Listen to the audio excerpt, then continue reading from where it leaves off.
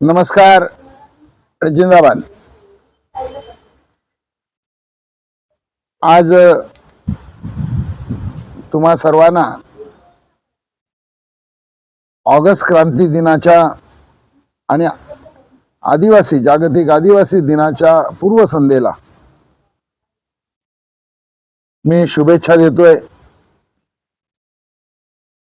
August क्रांती दिनाचा संदेश हा आहे की गुलामीला आपल्या देशानं नाही सांगितलं, पारतंत्र्याला नाही सांगितलं, चले जाओ फक्त इंग्रजांना नव्हतं सांगितलं, तर या देशातली निरक्षरता, दारिद्र्य या सर्वाला नाही सांगितलं होतं। त्याची क्रांती करण्याचा दिवस म्हणजे ऑगस्ट क्रांती दिन। उद्या आपण ऑगस्ट क्रांती दिन करणार आहोत आणि जे या देशाच्यासाठी शहीद झाले, हुतात्मे झाले, फासावर गेले, ते भगतसिंग, सुखदेव, राजगुरू असतील, खुदीराम बोस असेल, ज्यांनी गोळ्या झेलल्या, ते शिरीष कुमार असतील, चंद्रशेखर आझाद असतील, लाखो स्वातंत्र्य सैनिक जे तुरुंगात गेले, त्या सर्वांच्या मुळे आपल्याला स्वातंत्र्य मिळालं। त्याचा दिवस हा क्रांतीचा दिवस म्हणून ऑगस्ट क्रांती समजला जातो। ऑगस्ट क्रांती दिनाच्या शुभेच्छा तुम्हाला देतो। दुसरं सर्वात महत्वाचं आपल्या सर्वांसाठी आणि श्रमजीवी संघटनेसाठी ही सर्वात महत्वाचं म्हणजे आज जागतिक आदिवासी दिन। जगामध्ये जवळपास 90 देशामध्ये आदिवासी राहतात। जवळपास 50 कोटी आदिवासी जगामध्ये आहेत। या 700 कोटी पैकी 50 कोटी आदिवासींचं जीवन, संस्कृती, कला, परंपरा टिकली पाहिजे,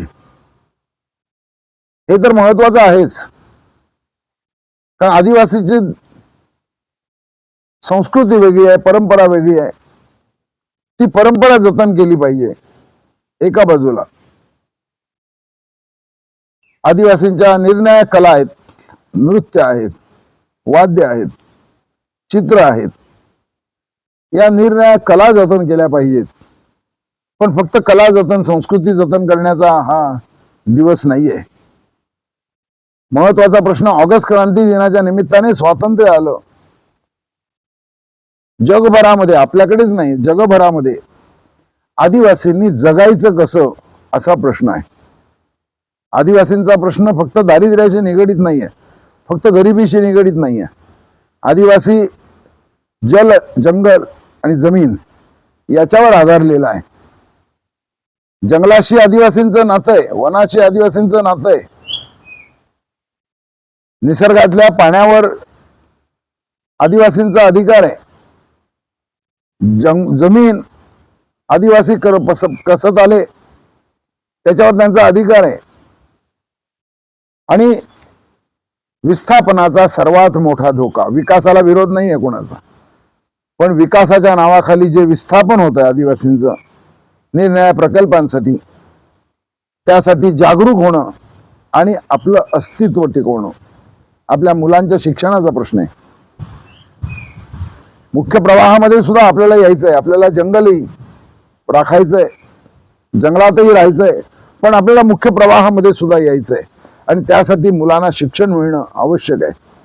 18 वर्षापर्यंत सर्वांना सक्तीचं आणि मोफत शिक्षण मिळावं म्हणून संघटना आंदोलन करते। आपण सर्वजण त्यात सहभागी आहात। आपण मुख्यमंत्र्यांना विनंती केलेली आहे, आपल्या 9वी 10वीच्या मुलांना अनेक शाळांच्या मध्ये शिक्षक नाहीत, 11वी 12वीच्या मध्ये शिक्षक नाहीत, आपल्या आदिवासी मुलांना समान संधी मिळत नाही।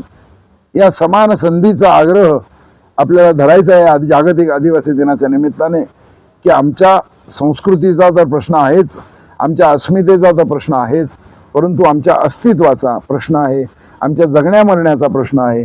आणि त्यासाठी संघटित झालो तर स्वातंत्र्यवीरांसाठी, जसं महात्मा गांधींनी चळेजावची जी घोषणा दिली, जो नारा दिला इंग्रजांना, तो याच दिवशी दिला. म्हणून या निमित्ताने आपण जे आदिवासी क्रांतिकारक आहेत, हुतात्मा बिरसा मुंडा म्हणजे भगवान बिरसा मुंडा, हुतात्मा नाग्या कातकरी, तंट्या मामा भिल्ल, राघोजी भांगरे, अशा सर्व क्रांतिकारकांना आपण अभिवादन करायचं आणि स्वातंत्र्य जे स्वप्न त्यांनी पाहिलं होतं ते प्रत्यक्षात आणण्याकरता आदिवासी दिनाच्या निमित्ताने संघटित होऊन संघर्ष करून आपलं स्वातंत्र्य अबाधित ठेवायचं असा संकल्प आपण या आदिवासी दिनाच्या निमित्ताने करू. आणि या देशामधलाच नाही तर जगातला आदिवासी सुखी होईल, त्याची संस्कृतीचं जतन होईल, त्याच्या परंपरेचं जतन होईल, त्याच्या कलेचं जतन होईल आणि त्याच्या जगण्याचा प्रश्न निर्माण होणार नाही. असं नाही तर सन्मानाचं जगणं प्रत्येक आदिवासीला जगाच्या पाठीवर जगता येईल अशी परिस्थिती निर्माण होईल. त्यासाठी आपल्या सर्वांना मी मनापासून शुभेच्छा देतो. जिंदाबाद. नमस्कार.